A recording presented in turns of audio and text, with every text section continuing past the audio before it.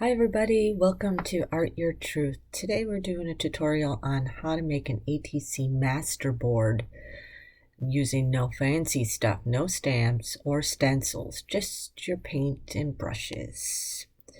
So I start out here with just a piece of watercolor. It's gessoed, and I'm using a Posca pen in black, and the lighting here is terrible. But you'll be able to see it here after I shake it and do a few rubs, etc. I had to work on this pen. I think I ordered a couple more. Anyhow, I'm just basically doodling on here a bunch of squares as a background. This is sped up. I don't draw this fast. I wish I did. But this is definitely sped up. So I'm just drawing a bunch of squares as a background, just for a little bit of interest in layers. Just filling in space with some lines. And then going to the next step. I decided I was going to do fluorescence. So I'm actually using the DecoArt Blacklight Neon paints here. I think we have the one that I'm using right now is Ultraviolet. Then I will be using the orange, neon orange it's called, which looks kind of yellow to me. And that's neon yellow.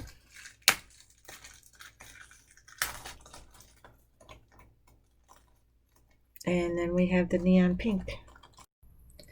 Essentially, I'm using the analogous colors so that I don't get mud in the background.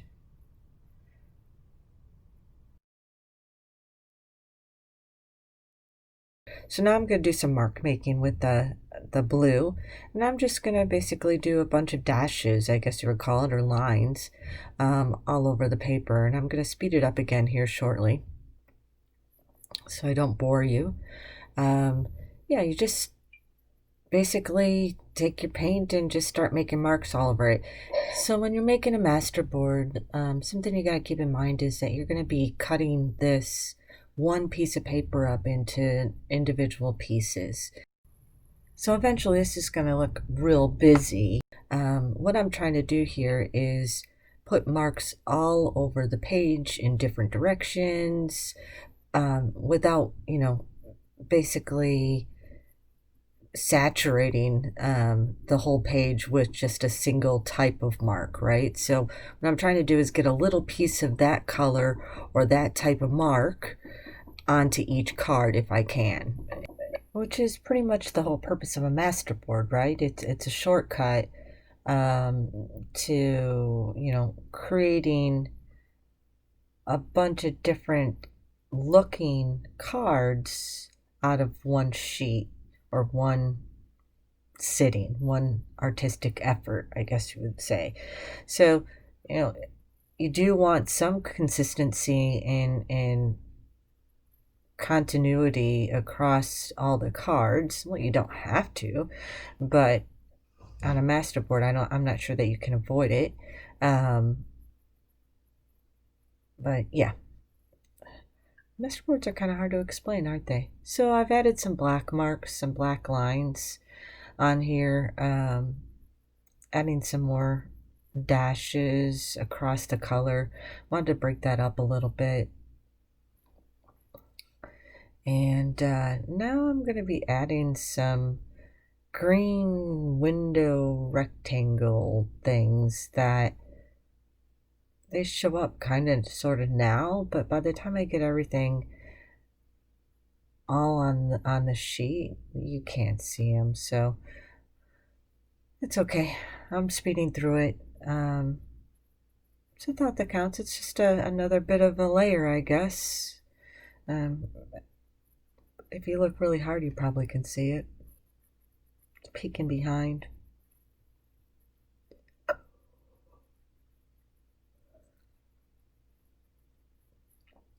So yeah, as a whole, this masterboard is looking really, really, really busy. Too busy for my taste, quite honestly, but like I said, when you cut it into pieces, it doesn't look nearly as bad. So now I'm adding in, what would you call these, rainbows? Monochrome, monocolor rainbows? I don't know. They're half circles that I'm drawing in. Strategically, I guess you would say, on the page, so that, this will be one of the difference patterns that will only be on a couple of the cards. I'm going to take my gesso now and paint in between the lines, and this is going to push the background back and bring that doodle or shape, rainbow, whatever you want to call it, it's going to bring that forward so it stands out a bit more. It becomes more like a focal. Focal point's probably a bad word to use, but it just becomes in the foreground.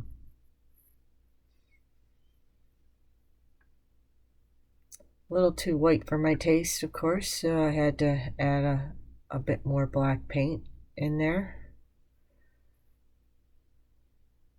And I believe I'm going to do some more doodling here over those green, neon green window things. Oh, yeah, no, I am not doing that right now. I'm actually going to be doing my favorite part of this video. I've made washi tape on tape before, but I've never really tried to do a faux washi tape kind of effect on a piece of paper like this. So what I'm doing here is I'm laying down some gesso and I'm drying that because I want that to be dry. I don't want it to mix with the design I put on the top. So I've put that down to, basically so the design will stick out and it looks like it's possibly separate or an addition to the background. And I'm adding the design on here, and that color is Dylusions Bubblegum Pink acrylic paint. Just adding it with a brush. And to me, when I look at this, and I completely see washi tape. I don't know.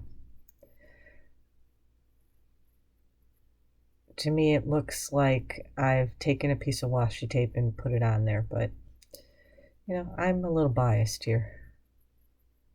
So I really like that effect. It probably would look even more three-dimensional if I would have outlined it, but I didn't think of it at the time, and it's too late now.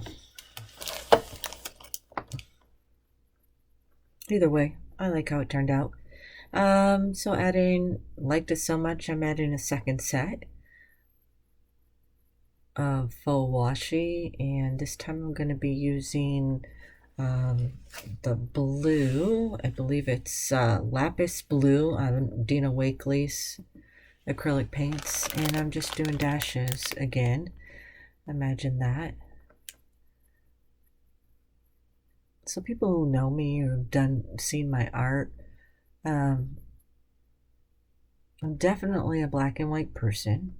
I definitely like my black, and I think that I'm more of a clean line person. I don't do a whole lot of lacy and flourishy type art, and probably because I'm just not good at it. Not that I'm good at this, but this is a lot simpler to do than lacy and flourishy. But one day, with some practice, maybe I'll get there and start adding that to my masterboards or storyboards or whatever I'm doing at the time. But right now I'm totally into the geometric, clean lines, boxes type art and effect. So adding some black swirls here, which is probably as flourishy as I'm going to get. And then now I'm gonna cut up the single piece into 8 or 9 ATC cards. So the first step is, the first step is cutting them into 3.5-inch strips, and then I'll go ahead and cut each strip down into 2.5-inch sections. So now we have an ATC sized card with some scrap. And that scrap I will use later, and you'll see it here shortly. I'll use that later as inchies, I guess they're called. I've never made an inchie before in my life, but it's an inch square. It's decorated, so I think that makes it an inchie. So I'll make those into inchies, and I'll use those to decorate the ATCs in the next couple minutes of the video. Here I'm inking the edges, which makes a huge difference in my mind. It kind of frames the artwork.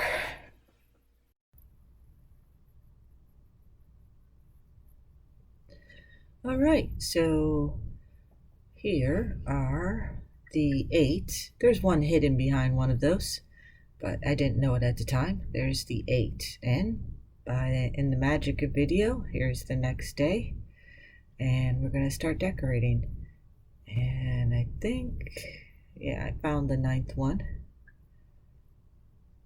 And here are all the inchies that I created. And I'll use on these cards. To the right there, you're going to see some stamped images that I fussy cut. This one is a Dina Wakley image. And I'm just auditioning, basically. And, I've never done this before in an ATC, but I actually used my mini stapler. What is that thing called?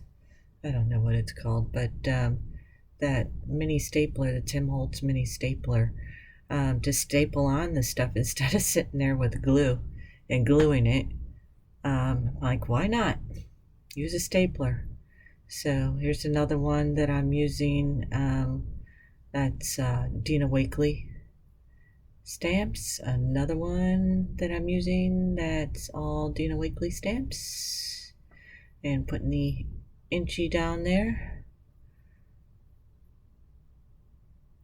And this one is a Tracy Scott stamp. Looking for an inchie that kind of either is different than the background or matches the background. And I don't like that little guy there, so I'm just going to leave it with the inchie. Trying the little guy again, but yeah, don't like it. Okay, that one's done. These are Daniel Torrente Stamp Boutique stamps that I'm using. On the rest of them, or on the next couple. Apparently I feel like the little guy matches with this one.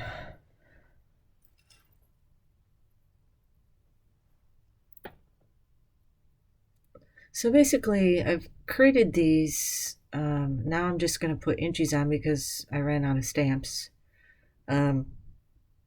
Basically I've created these, I wouldn't call them template ATCs, but they're ATCs that I can turn into whatever I want to turn them into. If I want to turn them into a birthday ATC, or if I want to turn them into a Christmas ATC, or if I want to put a sentiment down there of any kind, I can pretty much modify it to be whatever I want. So I've created a pretty standard, basic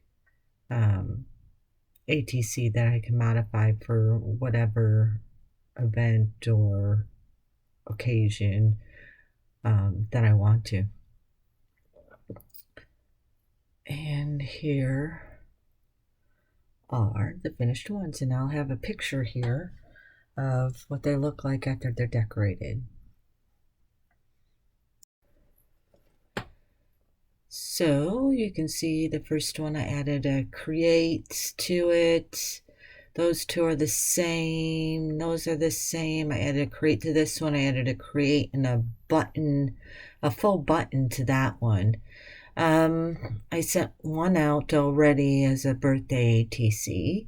So yeah, that's it. That's how I used my masterboard and made 9 quick ATCs within a couple hours.